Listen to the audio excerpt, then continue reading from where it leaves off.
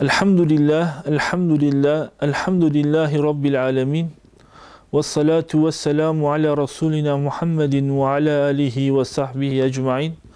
Kâle Allahu Teala fi kitabil kerim. Euzu billahi mineşşeytanirracim. Bismillahirrahmanirrahim. Kul innes salati ve nusuki ve mahyaya ve memati lillahi Rabbil alemin. Sadakallahul azim.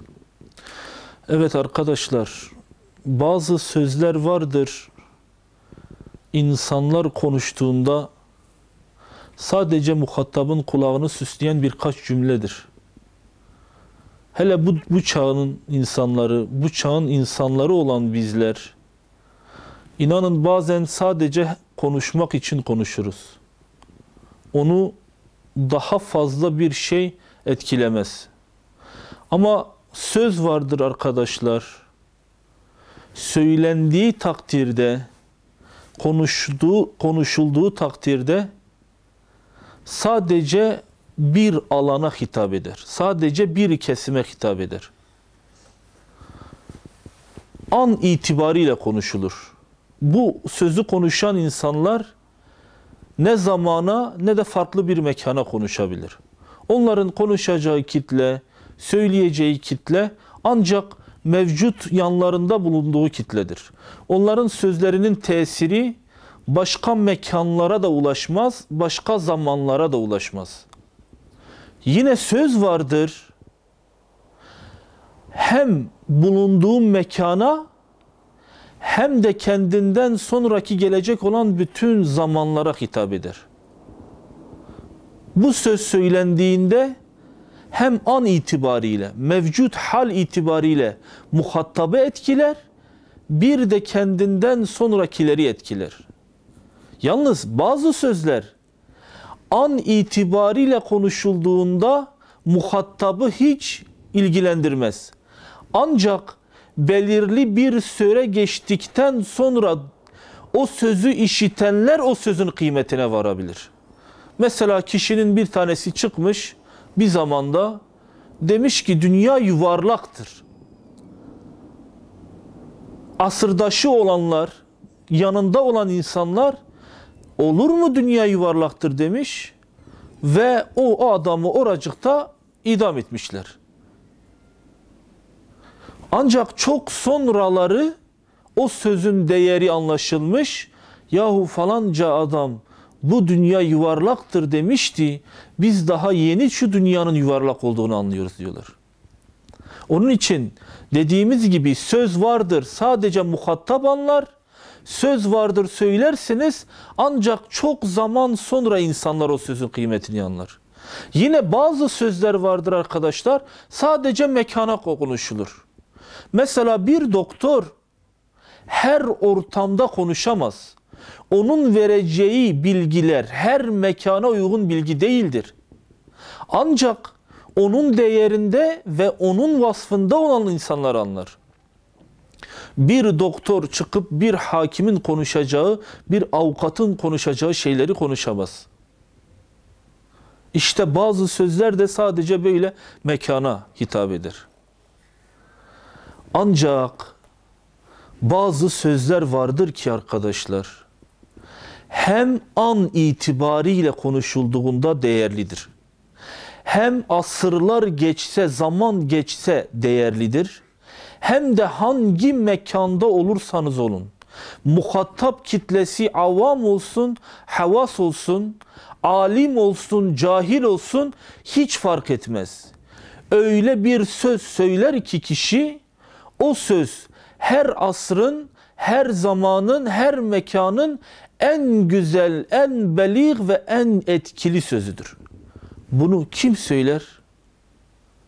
Allah Azze ve Celle ve onun peygamberleri söyler.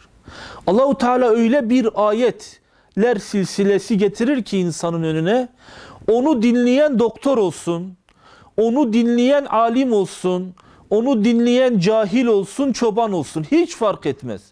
Onun o sözden alacağı bir şeyler vardır. Peygamberler de böyledir. Öyle bir söz söylerler ki o söz zaman ötesidir. Kendi asrında cahiliye asrında söylese dahi o söz muhatapta etki uyandırır. Çok sonraları, kendisinden sonra uzay çağında gelen insanlar dahi duysa o sözü değerine paha biçemez. Niye bu kadar açıklama yaptım? Şimdi arkadaşlar, Allah Resulü Aleyhisselatü Vesselam bize bir söz söylüyor ki İbni Ömer bize ulaştırıyor. Allah kendisinden razı olsun, Buhari'nin sahihinde.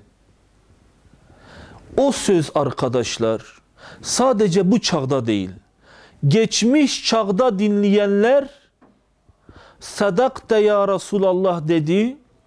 Bu çağda dinleyenler sadakte ya Resulallah diyor ve sonraki çağlarda dinleyecek olanlar da sadakte ya Resulallah diyecekler. Eğer insan kendini bu Allah Resulü'nün biraz sonra söyleyeceğim sözlerine muhatap kabul ederse her iki cihanda mesut ve bahtiyar olur. Ne diyor Allah Resulü Aleyhisselatü Vesselam? Diyor ki hepiniz çobansınız ve elinizin altındakilerinden mesulsünüz. Hepiniz çobansınız ve elinizin altında kim varsa onlardan mesulsünüz. Mesela yönetici bir çobandır diyor. Bir sorumluluk sahibidir. Bir mesuliyet sahibidir. Ve kendi elinin altındaki yönettiği insanlardan sorumludur. Buna devlet başkanı da diyebilirsiniz. Buna bir kral da diyebilirsiniz. Buna bir amir de diyebilirsiniz. Bu adam sorumludur. Çobandır. Ve elinin altındakilerinden mesuldür. Onun için Allah Resulü Aleyhisselatü Vesselam çoğu zaman krallara mektuplar gönderdiğinde ne diyor? Ey kral, eğer sen şu İslam'ı kabul edersen senin tebaanın kabul etmesiyle onların sevabı da sen kazanmış olursun. Hayır, eğer kabul etmezsen onların günahı senin günahın da senin boynunda Allah'ın huzuruna gidersin. Çünkü sen sorumlusun. Başka bir baba, bir erkek ailesinden sorumludur diyor. Bir kadın çocuklarından ve kocasının evinden mesuldür, sorumludur diyor. Yani hepiniz sorumluluk sahibisiniz. Ve bu mesuliyet sahibi olmanız, sorumluluk sahibi olmanız sizi de bir hesaba çekecektir. Yaptıklarınızın ve yapacak olanlarınızın, elinizin altındakilerinin yapacak olanlarından mesulsünüz diyor. Arkadaşlar keşke şu sözün kıymetini bilebilsek. Keşke bu Allah Resulü Aleyhisselatü Vesselam'ın bu hadislerinin kıymetini bilebilsek. Eğer biz onun bu hadislerinin ve nice daha birçok hadisinin kıymetini bilseydik, vallahi sokak numaralarımızı bile değiştirir. Allah Resulü Aleyhisselatü Vesselam'ın falanca hadiste naklettiği sorumluluk ile hakkındaki hadisi diye sokak isimlerimizi belirlerdik. Ne diyor Allah Resulü Aleyhisselatü Vesselam? Çobansınız, sorumlusunuz diyor. Bizler hepimiz sorumluyuz. Bir müminde iman ile beraber gelişmesi gereken öncelikli meselelerden bir tanesi sorumluluktur. Allah Resulü Aleyhisselatü Vesselam bunu defaatle söylemekle beraber mesuliyetinin ağırlığı altında eziliyor. Bakın, kendi görevi, peygamberlik görevini eda edebildim mi, edemedim mi sözünü veda haccında defaatle söylüyor. Onlarca defa söylüyor. Bunu niye söylesin? Bunu niye yapsın? Gerçekten bir şeyler vardır. Ve bu söylediği şey, yükünün ağırlığı, kendi sorumluluğu, onu öyle bir eziyor ki bunu söylüyor. Hani Allah Resulü Aleyhisselatü Vesselam imanın şartlarından biri şudur ki diyor. Yolda müminlerin Müslümanlara eza veren bir şeyi yoldan kaldırmak imanın bir şubesidir diyor. Ey insanlar diyor. Siz sadece sorumlu olduğunuz şey münferit nefsinizden başka bir şey değildir. Bu cümleyi söylerseniz bu yanlış bir şeydir. Sizler sorumlusunuz. Müslüman ise şu dünyanın tamamından sorumludur. Her halimizle sorumluluk sahibiz. Keşke bunu bir hakkıyla anlayabilsek. Şimdi sorumluluk bilincini konuştuğumuzda aslında önümüze ideal bir toplumun da şifreleri geliyor. Doğru bir toplum, güzel bir toplum, asr-ı saadetin toplumunun şifresi de önümüze geliyor arkadaşlar. Nasıl? Bakın Allah Resulü Aleyhisselatü Vesselam peygamber olmakla beraber birçok sorumluluğu vardır. Ama onu en çok endişelendiren sorumluluk sahibi olduğu kimselerin elinin altında yanlış bir şey yapması. Bu sorumluluk bilinci onu eziyor. Biz Allah Resulü Aleyhisselatü Vesselam'ın sorumluluğu nasılmış? Gelin ona bir müracaat edelim. Sonra tek tek sahabelerin hayatına gidip asr-ı saadette yaşayan o ashabın yoluna bakacağız. Onlar bu sorumluluk taşını nasıl anlamışlar, nasıl taşımışlar, bu elbise onlara yakışmış mı, yakışmamış mı, taşıyabilmişler mi, taşıyamamışlar mı ona bakacağız. Allah kendisinden razı olsun. Halid bin Velid daha yeni Müslüman olmuş. Mekke fethinden sonra Allah Resulü Aleyhisselatü Vesselam onun komutanlık bilgisinden de haberi olduğu için Müslüman olur olmaz hemen ona bir görev veriyor. Diyor ki ey Halid sen birkaç asker 350 asker olduğu söyleniyor. 350 asker ile beraber Beni Cesime kabilesine bir seriye çıkartıyor Allah Resulü. Komutada kim var? Halid bin Velid. Askerler arasında kimler var? Muhacirden insanlar var, Ensardan insanlar var ve daha yeni Müslüman olan kabilelerden insanlar var. 350 kişilik ciddi bir ordudur. Allah Resulü gönderdiği seriyeye Halid bin Velid'e önceden birkaç tane nasihat ediyor. Diyor ki ey Halid sen Beni Cesime kabilesinin yanına gidersen onlara bekle, onları gözetle. Bir bak bunlar Müslüman olmuşlar mı olmamışlar mı? Ve bu onların Müslüman olup olmadığı da bunların beldelerinde ezan sesi geliyor mu gelmiyor mu? Kimse namaz kılıyor mu kılmıyor mu ona bir gözet. Halid bin Velid ve askerleri sabah namazına doğru gözetliyorlar. Ezan sesi geliyor mu gelmiyor mu? Ve bekliyorlar. Bir türlü ezan sesi gelmeyince şafak da söküyor. Halid bin Velid diyor hücum emrini verince Beni Cesime kabilesinin mahallelerin arasında tekbir şayiaları yayılıyor. Tabi insanlar, gelen insanlar, kabile halkı gelen insanlar kimlerdir diye anlayamıyor. Onlar da bir taraftan kılıç kuşanıyor, gelenlere evlerini, barklarını müdafaa için bir karşılık veriyor. Derken bu arada ciddi denmeyecek kadar bir savaş hali ortaya çıkıyor. Artık ashab ile Beni Cesime kabilesinin fertleri karşı karşıyadır.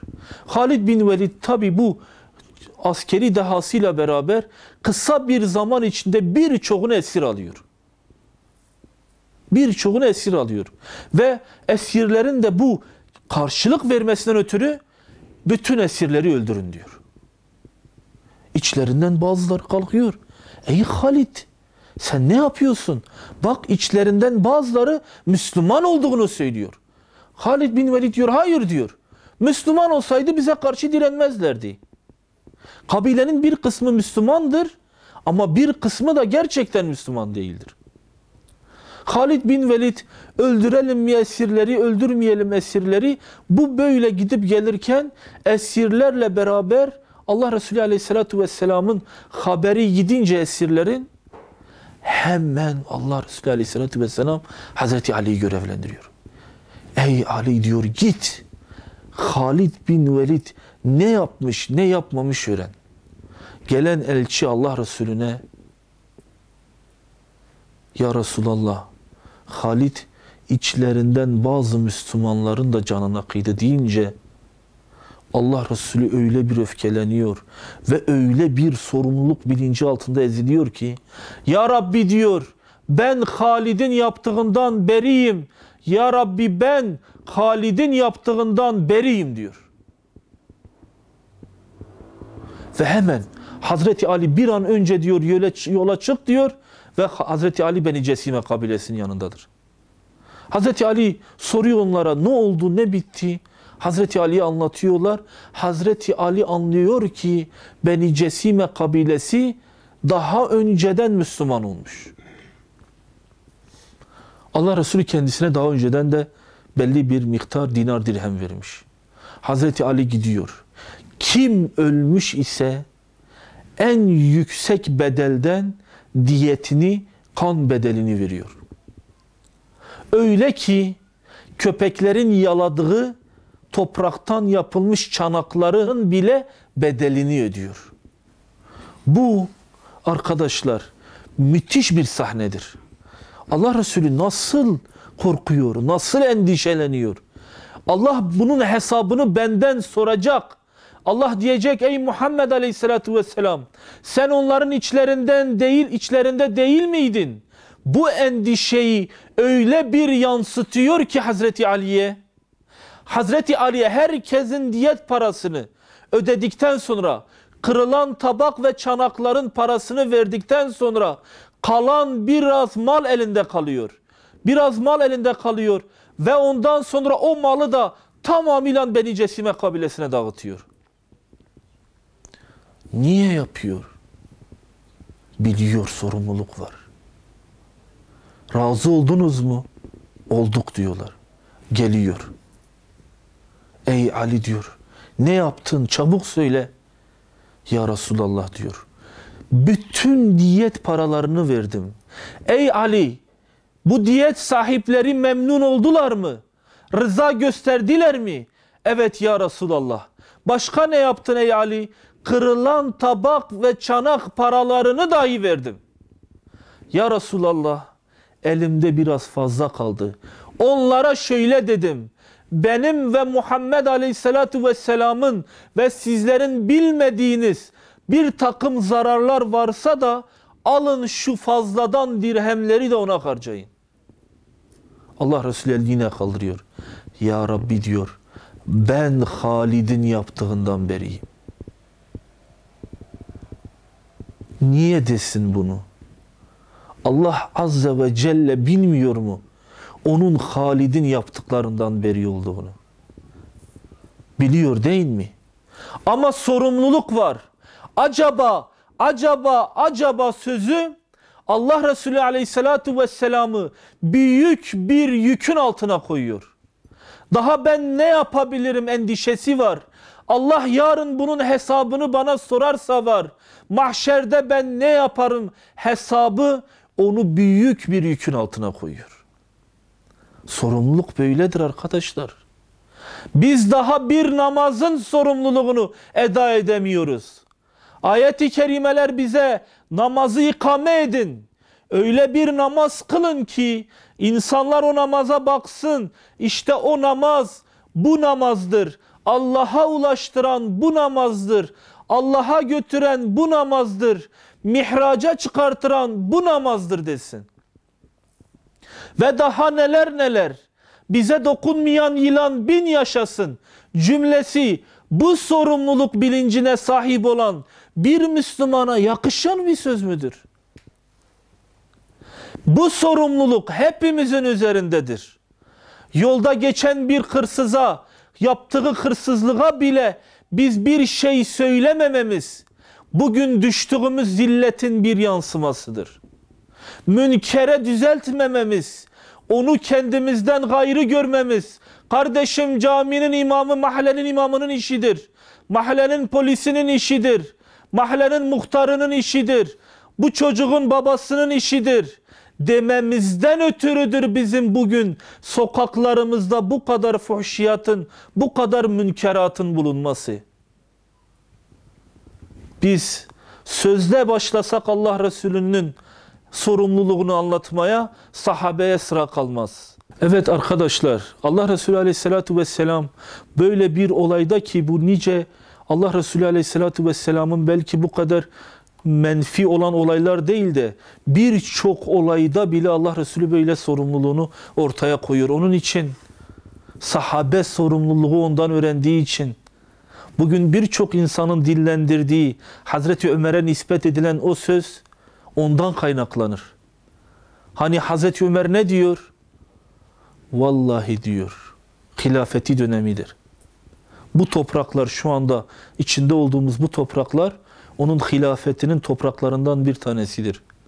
Vallahi diyor, şu Dicle'de bir koyunu kurt kapsa veya bir koyun vadiden yuvarlanıp Dicle'ye düşse, boğulup gitse, helak olsa Allah o koyunun hesabını Ömer'den soracaktır. Niye desin bunu? Niye söylesin? Ey insanlar!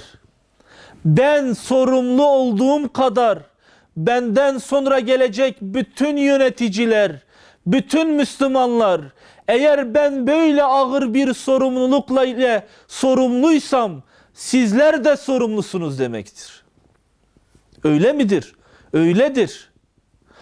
Hazreti Ömer Müslümanlarda sorumluluk bilincinin, şuurunun gelişmesini istiyor.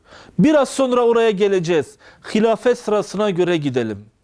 Sahabede birçok alanda sorumluluk şuuru vardır. Mesela ibadeti yerli yerinde yapmakta müthiş bir sorumluluk vardır. Sünnet-i seniyeye bağlı kalmakta müthiş bir sorumluluk vardır. İbni Ömer Allah kendisine razı olsun. Bir gün hac yoluna gidiyorlar. Yanında da 2-3 kişi vardır. Tabi'in neslinden.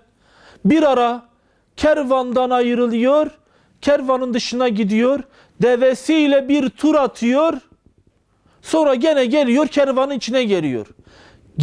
Gelen Hazreti İbni Ömer'i takip eden insanlar Allah Resulü'nün halifesinin oğludur. Ve onun sahabesidir. Şaşırıyor bu büyük sahabenin niye böyle yaptığını. Niye öyle yaptın? Bilmiyor. Yahu bilmediğin bir şeyi niye yapıyorsun? Size söyleyeyim niye yapıyorum. Biz Allah Resulü Aleyhisselatü Vesselam ile beraber aynı bu yolda şimdi yürüdüğümüz gibi yürüyorduk. O devesini aldı, şu ileriki vadiye gitti, devesiyle birkaç tur attı, biraz bekledi, sonra geldi. Sonra yolumuza devam ettik. Sormadınız mı? Hayır. Sen niye böyle yaptın? O böyle yaptı diye böyle yaptım. Sorumluluk bilincine bak. Sahabe-i kiram efendilerimiz her alanda Allah Resulü'nün kendilerine öğrettiği o dini kendilerinden sonrakilerine iletme noktasında büyük bir hassasiyet gösteriyorlar. Bakın Hazreti Ebubekir Allah kendisinden razı olsun. Diyorlar ki Allah Resulü Aleyhisselatü Vesselam'ın ahirete irtihalinden hemen sonra dört bir taraftan irtidat haberleri geliyor. Dinden çıkma. Taif, Mekke ve Medine. Şu üç şehirden gayrı bazı şehirler tamamıyla dinden çıkıyor. Bazıları da haber gönderiyor o yeni halife Hazreti Ebubekir'e. Zekatı vermemek kaydıyla Müslüman oluruz diyorlar. Zekatı vermemek kaydıyla. Hazreti Ebubekir sahabeye kesinlikle bundan taviz vermeyeceğini söylüyor. Sahabe geliyor, diyor ki ey Ebu Bekir, bildiğin gibi Allah senden razı olsun. Bildiğin gibi dört bir taraftan insanlar İslam'dan çıktı. Bir de Medine'ye saldırmak için hazırlık yapıyorlar. Bir de yalancı peygamberler türedi. Allah Resulü Aleyhisselatü Vesselam Usame'yi Hristiyanların üzerine göndermek için bir ordu hazırlamıştı. Bir sancak bağlamıştı. Sen gel o orduyu geri çek. O ordu şimdilik bir dursun. Biz o ordunun askerleriyle bizi seriye seriye ayır. Şu dinden çıkan kabilelere gidip onlara hadlerini bildirelim. Hazreti Ebubekir olmaz diyor. Hayır diyor. Hayır. Allah Resulü Aleyhisselatü Vesselam'ın vallahi bağladığı bir sancağı sökmem diyor. Sorumluluğa bakın arkadaşlar. O bağlamış mı? Bağlamış. Hal itibariyle Allah Resulü Aleyhisselatü Vesselam hayattayken böyle miydi? Hayır. Araplar tamamıyla İslam'a böyle kenetlenmiştiler. Ama Allah Resulü ahirete irtihal edince yalancı peygamberlerin de tezahürüyle beraber birçoğu dinden çıkıyor. Sahabeler diyor ki olmuyor. Eğer bunlar giderse, Usame ordusu giderse Medine'de kimse kalmaz ve bunlar Medine'ye saldıracak. Yine 1, 2, 3 en son Hazreti Ömer gidiyor. Hazreti Ebubekir diyor ey halife diyor. Malumundur diyor. Görüyorsun. Kabileler Medine'ye saldırmak için an gözetiyor. Hazırlıklarını tamamlamışlar. Eğer sen şu orduyu buradan çıkarırsan burada Medine'yi koruyacak asker kalmayacak. Haliyle bunlar buralara hücum edecek. Böyle söyler söylemez o hilm sahibi Hazreti Ebubekir, o merhamet, şefkat, letafet sahibi Hazreti Ebubekir birden ayağa kalkıyor. Vallahi diyor, değil ki Medine'ye saldırmak, vahşi hayvanlar Medine'de müminlerin annelerinin eteklerinden sürükleye sürükleye Medine sokaklarında dolaştırsa dahi ben peygamberin bağladığı bir basancağı sökmem. Ben onun gösterdiği istikametten vazgeçmem. Niye arkadaşlar? Canım çıksa diyor, en sevdiklerim diyor, gözümün önünde parçalansa, ben yine de onun bana yüklediği bu sorumluluktan vazgeçmem. Benim için en büyük iş peygamberin yolunda gitmektir. Bizim için en büyük iş, en büyük sorumluluk onun bize gösterdiği o sünnet-i seniye yolundan gitmektir. Sahabe onun için sahabe toplumudur. Sahabe onun için bu asrında, geçmiş asrında, gelecek asırlarında yıldızıdır. Onlar hedefe ulaştıran, menzilleri gösteren işaret taşlarıdır. Onlardır işte o haritadaki en belirgin işaretler. Böyle olmazsa biz bugün onları konuşabilir miyiz? Böyle midir? Birçok yerde böyledir. Hazreti Ömer Allah kendisinden razı olsun. Kendi hilafeti döneminde arkadaşlar Kudüs fethediliyor. Ve ehli kitapta olan o gün Kudüs ehli kitabın elindedir. Bir kısım Hristiyan ve bir kısım Yahudilerle beraber anahtarı Hazreti Ömer'e vermek için Hazreti Ömer Kudüs'e geliyor. Sonra başlıyor Süleyman Mabedi'ni, Kudüs-i Şerif'i tamamıyla gezmeye. Derken eşlik eden, Hazreti Ömer'e eşlik eden de oranın başpiskoposudur, papazıdır. Papaza diyor Hazreti Ömer, beni Allah Resulü Aleyhisselatü Vesselam'ın gece yolculuğuna başladığı yere götür. Miraç hadisesinin başladığı noktaya, Süleyman Camisi'nin oraya götür, mescidine götür. Gidiyor. Üstü yıkılmış toprak bir yerdir. Hazreti Ömer oraya gidince birden duygusallanıyor, hüzünleniyor. Bu hal içindeyken derken Müslümanlar ezan okuyor. Namaz vaktinin girdiğini haber veriyorlar. Papaz Hazreti Ömer'in bu kadar kibar olduğuna, İslam'ın bu kadar güzelliğine ve kendisine müsamaha göstermesine görünce ey halife diyor, Allah aşkına şurada bizim kilisemiz var. Gelsen de bizim en büyük kilisemizde bir namaz kılsan, en azından bizi de bahtiyar edersin. Hazreti Ömer ilk başta biraz duruyor, sonra hayır diyor, ben kılmayayım. Normal bir yerde kıralım. Papaz alınıyor biraz. Diyor ki, ey halife, orayı mı kendine layık görmedin, kendini mi oraya layık görmedin? Hayır diyor, hiçbiri değil. Ben düşündüm diyor. Dedim ki, eğer orada namaz kılarsam, benden sonra gelecek olan Müslümanlar diyecekler ki, Hazreti Ömer orada namaz kılmıştır. Ve orayı sizin elinizden alacaklardır. Ben şurada en müsait yerde, yeryüzü bize temizdir. Biz istediğimiz yerde namaz kılabiliriz. En müsait olan yerde namaz kılalım. Ne oluyor biliyor musunuz arkadaşlar? Sonradan Hazreti Ömer'in söylediği gerçekleşiyor. Kilisede kırmayıp o ulu orta düzgün yerde kıldığı yerdeki namaz kıldığı yerde Müslümanlar sonradan geliyor diyor ki Hazreti Ömer burada namaz kılmış, o zaman biz burada bir mescid inşa edelim. Ömer Mescidi diye de halen minaresinden sesler gelir. İşte budur. Sorumluluk bilincidir arkadaşlar. Sadece yaşadığı ortamda değil, kendisinden sonra gelen Müslümanların bile en ufak bir zelleye düşmemesi için elinden geleni yapıyor.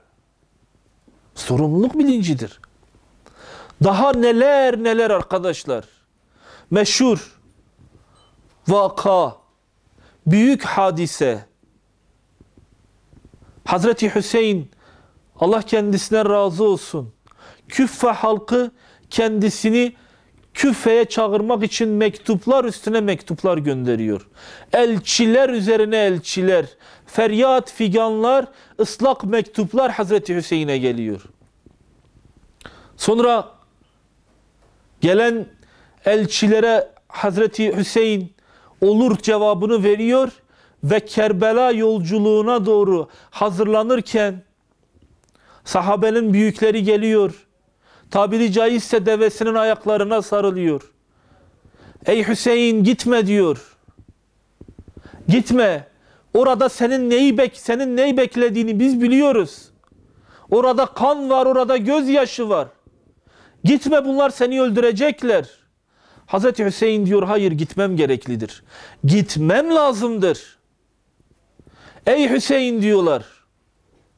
Gidersen seni öldürecekler. Seni katledecekler. Yezid durmaz. Yezid zalimdir diyorlar. Hayır diyor. Gitmem lazım.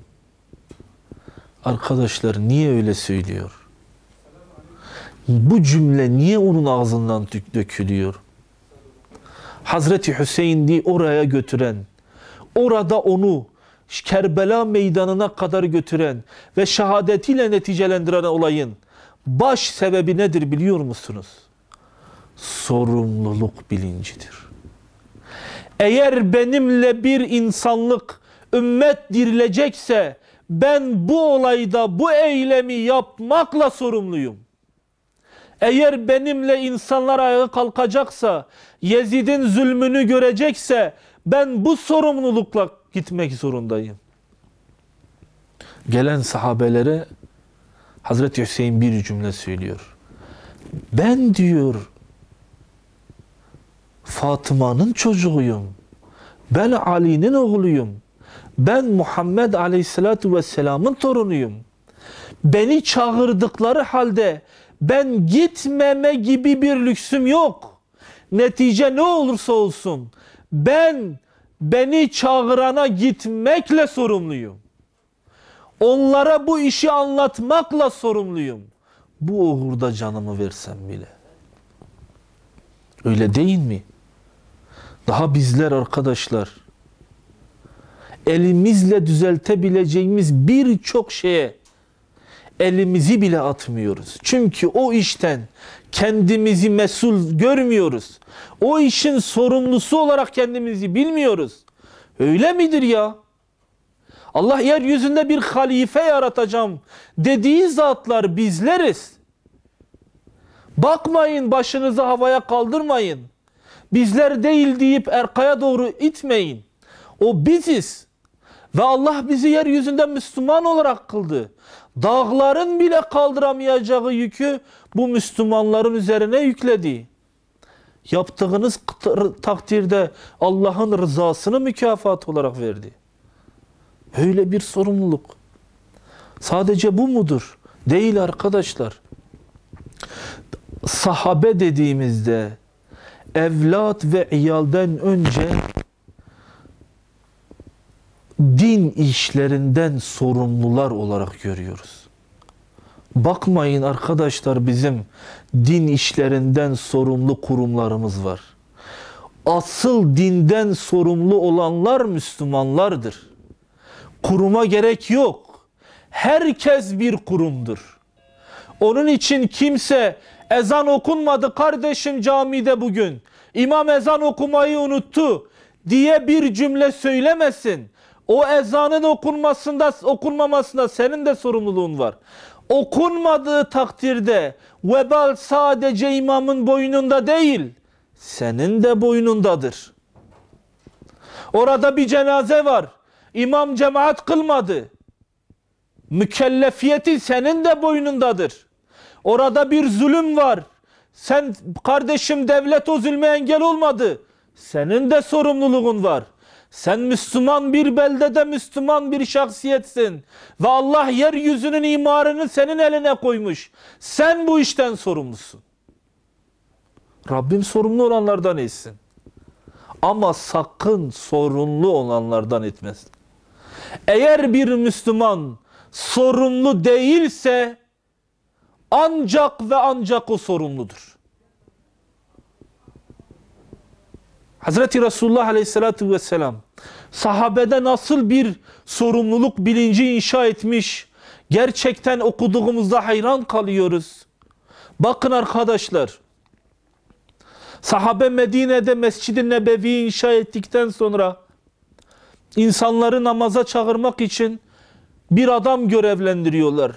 Sokak dolaşıyor, essela, essela, essela, haydi namaza, haydi namaza, haydi namaza diye çağırıyor. Sonra bakıyorlar ki gerçekten ağırdır.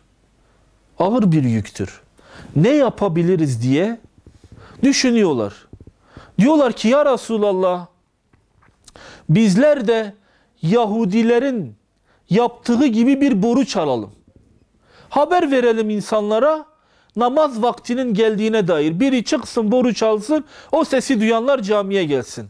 Allah Resulü diyor, ben Yahudileri taklit etmem. Öyleyse ya Resulullah, bir çan edinelim, Hristiyanlarınki gibi namaz vaktinde biz de çan çalalım. Ben Hristiyanları da taklit etmem diyor. Öyleyse ya Resulallah, mecusiler her halinde ateş yakarlar. Biz de namaz vaktinde bir tepenin başında ateş yakalım. Ben müşrikleri de taklit etmem diyor. Müslümanın münferit, müstakil bir görüşü olmalıdır. Ve bu görüşler arasında gidip gelirken artık vakitte bayağı geç oluyor. Herkes evine dağılıyor. Sonra derken acaba ne olur, ne biter diye herkes bu hal üzereyken evine gidiyor. Bakın, uykuda Abdullah İbni Zeyd rüya görüyor. Görüyor ki rüyasında bir adam, elinde bir çan var. Atın üzerinde, bineğin üzerinde, iki parça elbiseli, elinde bir çan var. Diyor ki Abdullah, diyor, ben o zata dedim ki rüyamda, o çanı bana ver. Bana dedi ki ne yapacaksın? Diyor ki ben dedim, biz namaza insanları çağıracağız. Sen o çanı ver, ben her namaz vakti kendime emir telakki edeyim ve o çanı çağırarak insanları namaza davet edeyim. Adam diyor, dönüp ona diyor ki ben sana bu işten daha hayırlısını haber vereyim mi? Ver diyor. Başlıyor bugün ezan diye dinlediğimiz o mübarek sesin mod namelerini ona ezberletmeye. Sonra diyor ezanı bitirdikten sonra insanlar toplandıktan sonra mescidin içinde namazın başlamasına dair de bir de kameti öğretiyor ona. Sabah namazına doğru uykudan uyanır uyanmaz Mescid-i Nebevi'dedir. Ya Resulallah diyor ben bugün rüyamda müthiş bir vakayla karşılaştım. Başlıyor anlatmaya. Allah Resulü diyor senin şu gördüğün rüya hak bir rüyadır. Sana öğretilen metinleri Bilal'e öğret, o senin yerinde ezan okusun diyor. Hazreti Bilal o metinleri o mükemmel sesiyle, o duygusal sesiyle okumaya başlayınca Hazreti Ömer koşarak nefes nefese kalmış bir şekilde mescide geliyor. Ve onun gibi birkaç sahabe. Ya Resulallah diyor, vallahi bugün rüyamızda biri şu metinleri bize öğretti. Allah Resulü diyor, Abdullah İbni Zeyd sizden önce davrandı. Ve şu anda dinlediğimiz ezanı arkadaşlar, öyle bir vakadan gerçekleşiyor. Peki arkadaşlar, sorumluluk bilinciyle bu vakanın ne alakası var birbiriyle? Öyle bir bu işten kendilerini sorumlu hissediyor ki sahabe. Yani öyle bir diyorlar ki, yahu bu işi halletmemiz lazım. Şunu demiyorlar, bu iş peygamberin işidir. Bu işi halletse vahiy halleder. Böyle bir cümle yok. Bu işin sorumluluk sahibi bizleriz de öyle bir düşünüyorlar ki uykuları bozuluyor. Rüyalarına giriyor. İşte bu sorumluluk bilincine kişi sahip olursa her halde sahabe gibi yaşar, sahabe gibi davranır. Rabbim bizleri de sahabe gibi yaşamayı ve yaşatırmayı nasip eylesin. Ve ahiru da'vana enilhamdülillahi rabbil alemin.